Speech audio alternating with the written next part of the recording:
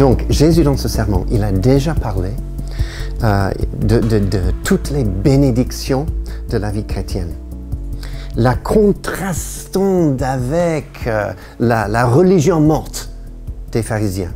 C'est surtout le début et puis ça continue tout le long du sermon.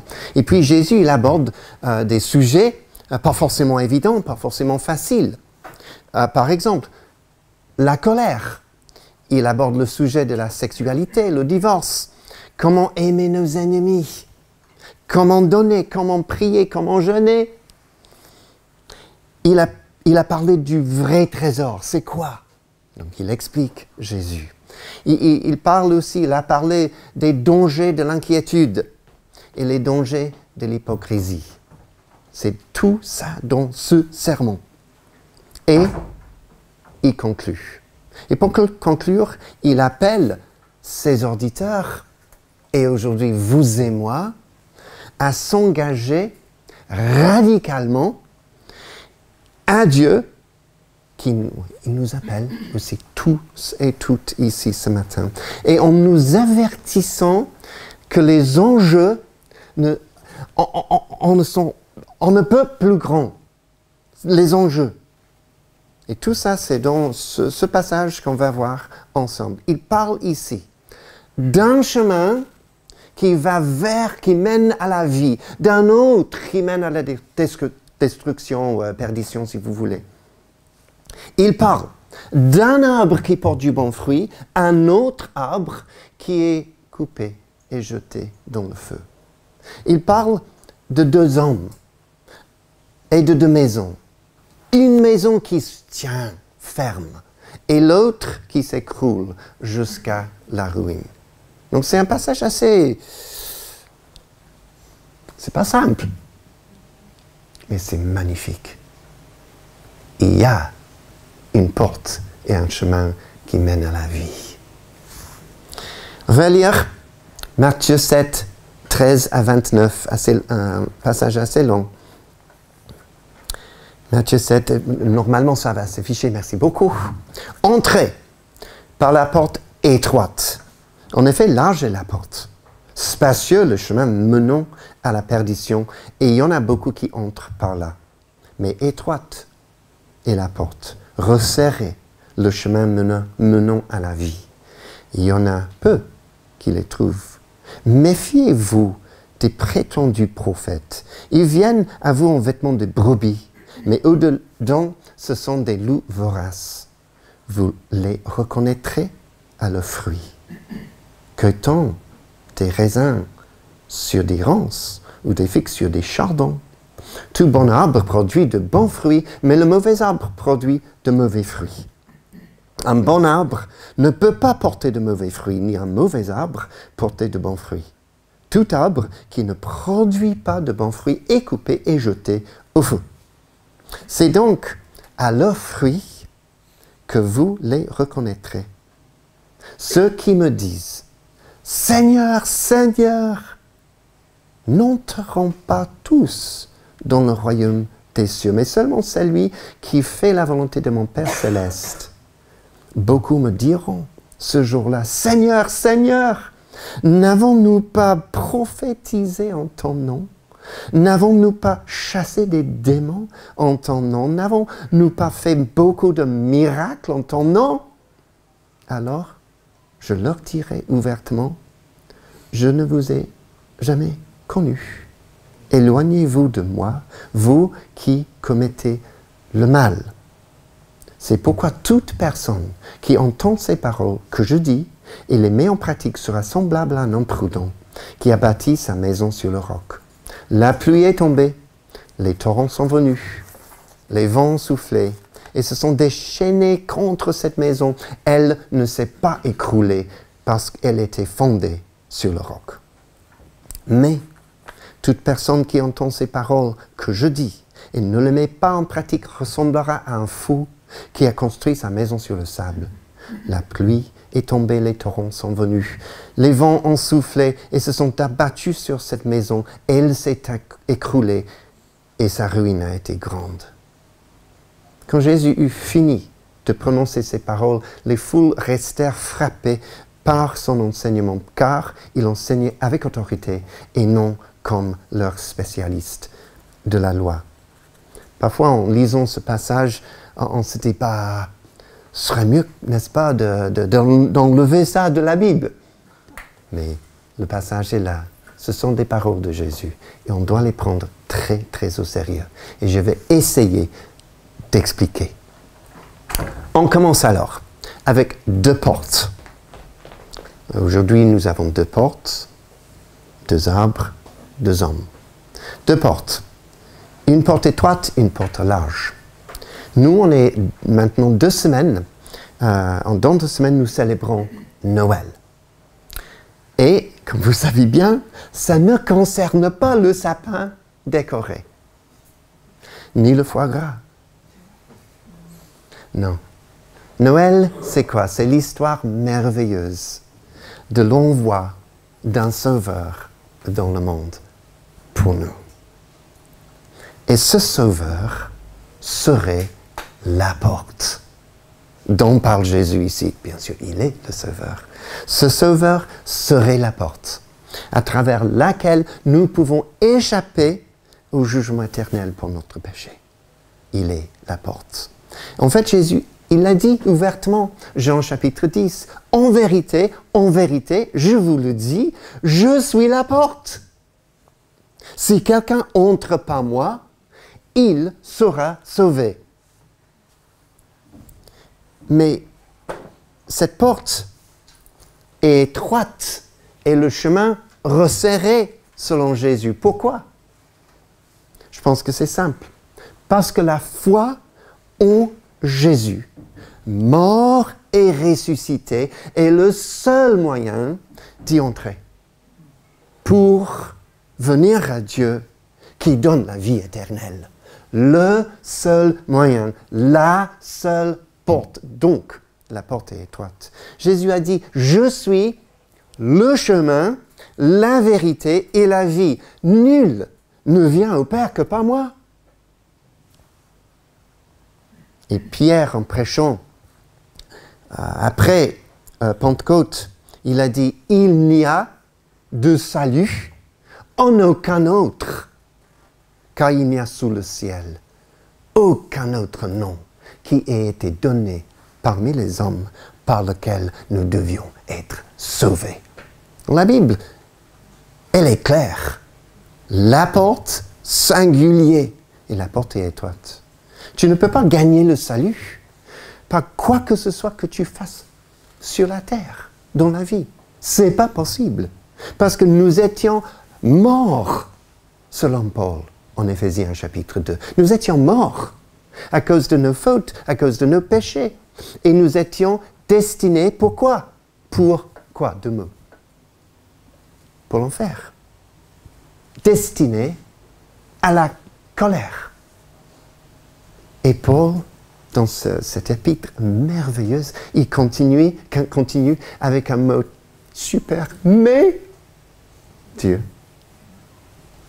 Dieu, qui est riche en miséricorde, à cause du grand amour dont il nous a aimés, nous a rendus à la vie avec Christ. C'est par grâce que vous êtes sauvés. La porte est étroite, on n'entre que par lui. Et le salut alors, c'est un don gratuit. Un don de Dieu, dont le Fils a quitté volontairement le ciel pour prendre notre place, pour vivre une vie parfaite, pour mourir une mort horrible à notre place. C'est par la grâce. La porte est étroite. Et ainsi, Jésus, il a établi cette porte en lui-même et le chemin qui mène à la vie. Alléluia. Et puis, Jésus, il est allé chercher les perdus pour les faire passer par cette porte. Si vous êtes chrétien, vous êtes passé par cette porte. Et si vous n'êtes pas encore chrétien, ça reste à se faire. Le Fils de l'homme est venu chercher et sauver ce qui était perdu. Là, c'est sans question, par l'histoire de Noël, si vous voulez, c'est sans question la plus grande histoire d'amour de tous les temps. Et pourtant, comme Jésus nous en avertit ici, beaucoup choisissent tristement de ne pas y croire. Et eux, ils préfèrent la porte large et le chemin spacieux qui mène ailleurs à la destruction, perdition, l'enfer. Comment entrer alors? Par la porte étroite et le chemin resserré. Il faut admettre qu'on est rebellé contre Dieu, qu'on ne mérite que sa colère et son jugement, et puis on se tourne par la repentance et la foi vers Dieu. Puis nous avons deux arbres. En fait, Jésus continue sur le même thème, mais il change de métaphore. Il prend l'image de deux sortes d'arbres, un arbre bon et un arbre mauvais. Comment juger un arbre fruitier? Par son fruit. On ne juge pas un arbre fruitier à sa taille, hauteur, à la verdure de ses feuilles, ni à la beauté de ses fleurs, peut-être au printemps. Non. Est-ce que cet arbre produit du fruit? Et si oui, est-ce que le fruit est bon? Tout arbre, dit Jésus, verset 19, qui ne produit pas de bons fruits est coupé et jeté au feu. Alors, pour vous donner une illustration, il y a un fruit qui s'appelle en français les raisins d'Amérique, en anglais pokeberry. Et ce fruit ressemble à un vrai raisin, surtout depuis la distance. Mais manger les baies peut te rendre malade, selon le site web poison.org. De même, selon Jésus ici, il y a certaines personnes qui sont un peu des brebis habillées en loup, un peu pokeberry. Depuis une distance, ça paraît correct, quoi. Mais tôt ou tard, leurs fruits les trahiront. Ils viennent peut-être même à l'église. Ils chantent des chants comme nous. Ils font des prières. Ils servent, peut-être ils même donnent une dîme. Ils lisent la Bible. Ils servent. Mais dedans, il y a quelque chose qui ne va pas dans le cœur. Et ce passage, à mon avis, vise le cœur, notre cœur. Jésus dit des paroles que moi je trouve étonnantes et perturbantes. Verset 21. Pas tous qui me disent « Seigneur, Seigneur » n'entreront dans le royaume des cieux. Ouf. Ailleurs, Jésus dit « Ils m'honorent des lèvres, mais leur cœur est éloigné de moi. » Je pense que c'est exactement la même chose. Mais il faut faire attention ici à ne pas tirer des conclusions, moi je dirais, erronées. Parce que ce que nous professons est important. Et ce n'est pas mauvais d'appeler Jésus Seigneur, Seigneur. Il est Seigneur. La question, quels fruits pendent sur les branches de nos arbres? Peut-être quelqu'un dit, j'ai prophétisé en ton nom. Si vous connaissez bien l'Ancien Testament, il y en a un, Balaam. Il l'a fait, mais il n'était pas croyant en Dieu. J'ai chassé les démons en ton nom. Peut-être quelqu'un dit, oui, mais Judas Iscariote l'a fait également. Moi, j'ai prêché. Moi, je peux vous dire que moi, j'ai connu, il y a longtemps, un pasteur que je du doute fut chrétien. Franchement. Oh.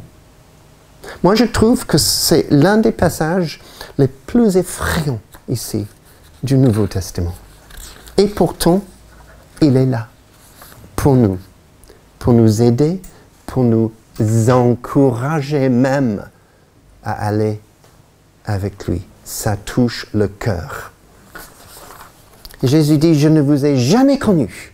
Éloignez-vous de moi, vous qui commettez le mal. Notons qu'il n'a pas dit, je t'ai connu autrefois, mais maintenant je ne connais plus. Non, il dit, jamais. Ouf. Donc Jésus, il parle des personnes qui ont fait peut-être une profession de foi, Seigneur, Seigneur, et qui prétendent le connaître.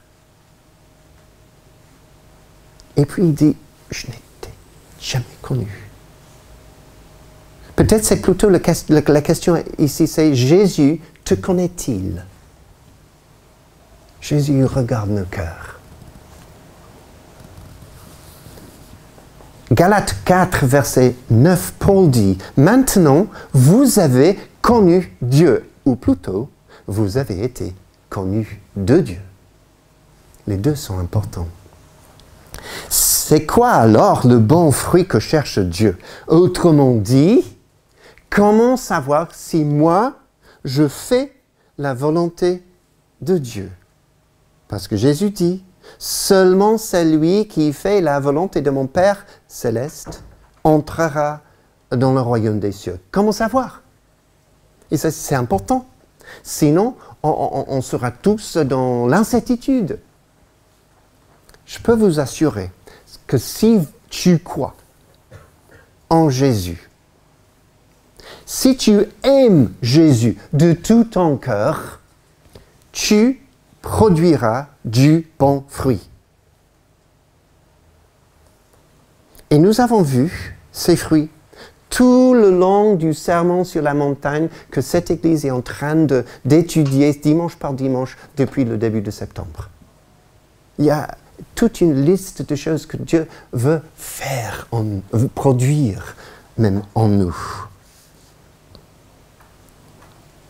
Si vous m'aimez, Jésus a dit, Jean chapitre 14, si vous aimez, vous suivrez mes commandements. Moi, je veux dire, j'aime Jésus. Ici, c'est véritablement le cas. Je vais suivre ses commandements. Et si je n'aime pas trop Jésus, je ne veux pas suivre ses commandements. En fait, c'est simple. Il cherche l'obéissance, oui. Est-ce que je peux vraiment dire, Seigneur, je t'aime, tu es mon autorité, tu es mon Seigneur, tu es mon maître, je me soumets à ta parole, à ta royauté. Je ferai tout ce que tu m'ordonnes. Est-ce que je peux le dire? Et le mot « tout », je pense que c'est important. Et je ne veux pas que lui, il me dise. Pourquoi dis-tu, Georges, que je suis ton Seigneur, alors que tu ne fais pas ce que je dis? Ça, je ne veux pas que ça se produise. J'aime Jésus. Et j'ai une énorme bonne nouvelle. Jésus, il ne nous laisse pas orphelins. Ce n'est pas le cas que Jésus, il dit quelque chose de très dur. Et puis, bonne chance quoi. Ah ben non. Il nous donne l'Esprit de Dieu. Et pour moi, ça change tout. Sinon, c'est ouf, ouf, ouf. Mais Jésus et le Père donnent le Saint-Esprit. Prophétisé dans l'Ancien Testament. Accompli dans le Nouveau. Et vrai aujourd'hui. Ézéchiel, par exemple, Ézéchiel 36. Je vous donnerai un cœur nouveau. Je mettrai en vous mon propre esprit et je ferai en sorte que vous suiviez mes ordonnances. et que vous pratiquiez mes lois. Comment savoir? Mais en recevant le Saint-Esprit.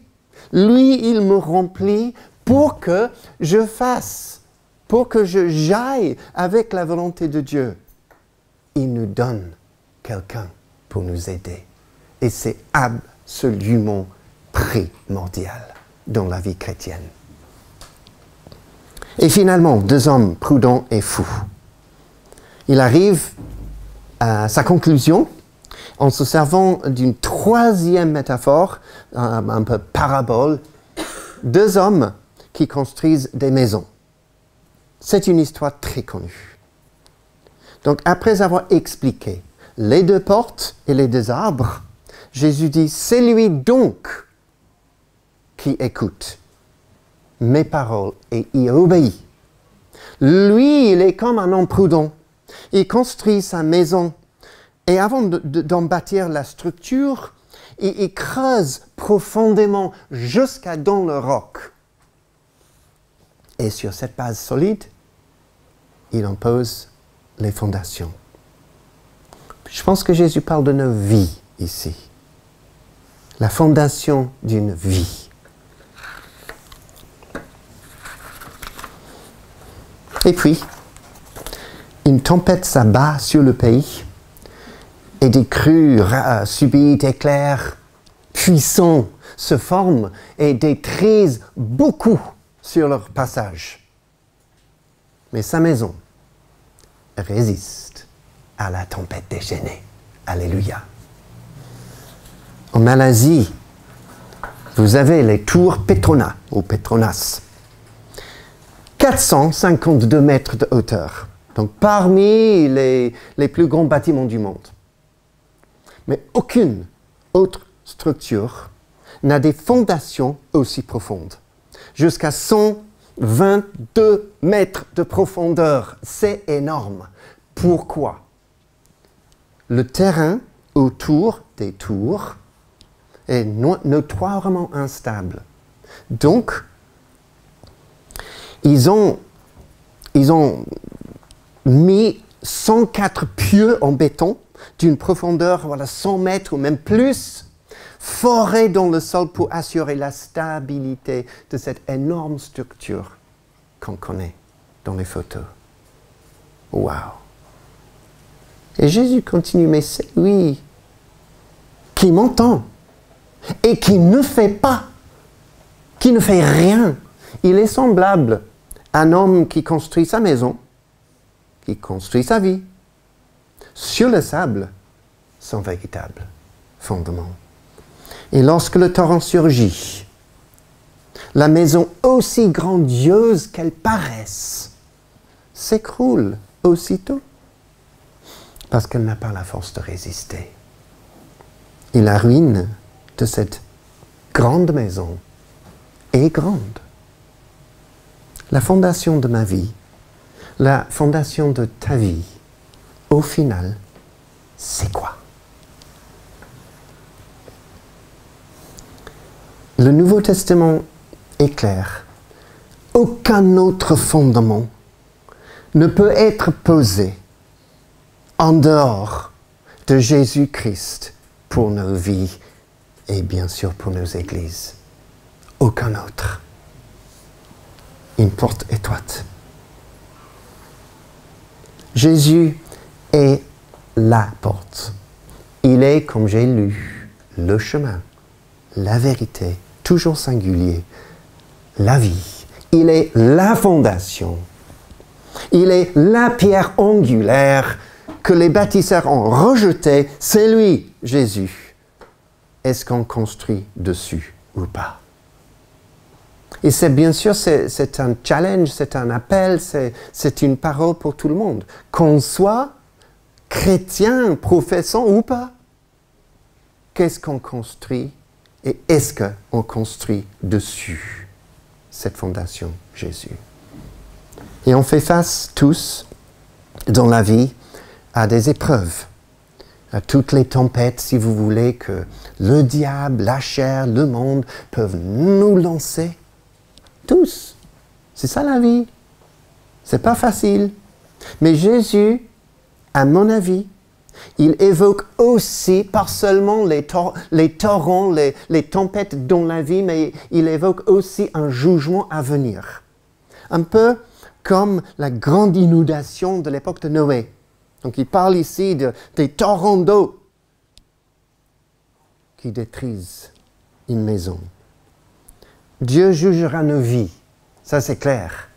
Et les seuls qui ne tomberont pas seront celles qui auront été fondées et construites sur une seule fondation, ce qui est notre merveilleux Sauveur Jésus-Christ. Sinon, tu seras ruiné. Et c'est ça le message de l'Évangile. Et parfois, on évite la dernière partie. Mais sinon, on sera ruiné. Jésus termine alors son sermon.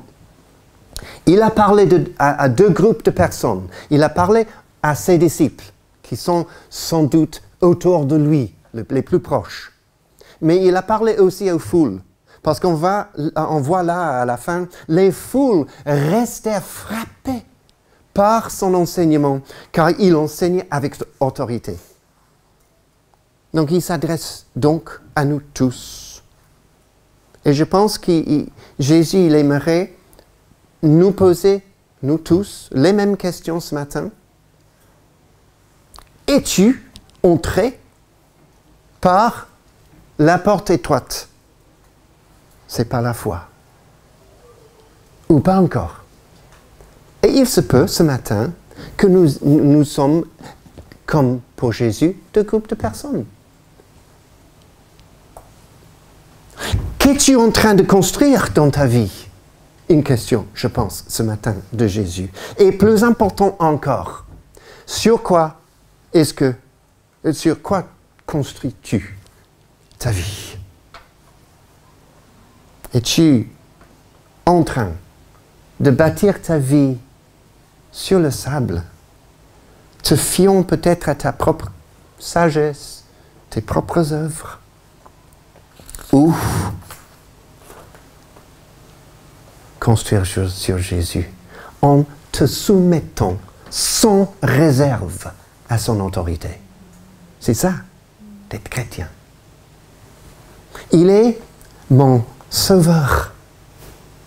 Il a pris ma place. Il m'a pardonné. Il m'a sauvé.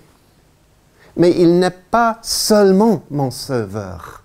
Il est mon Seigneur. Et juste pour revenir sur le thème de Noël, voici ce que l'ange a annoncé aux bergers sur les collines au-dessus de la ville de Bethléem.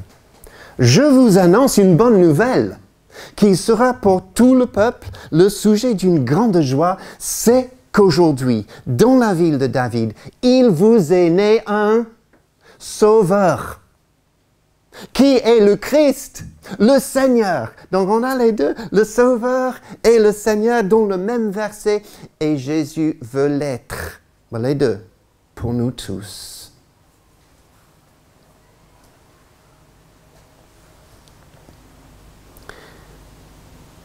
Est-ce que Jésus a pleinement ton cœur? Moi, je pense que c'est ça la question la plus importante. Est-ce que lui, il a ton cœur? Si tu dis oui, je prie pour toi que Jésus soit ta plus grande joie pour toujours et que tu portes toujours du bon fruit pour sa gloire. Et puis on accepte Jésus comme Sauveur et Seigneur. C'est ça.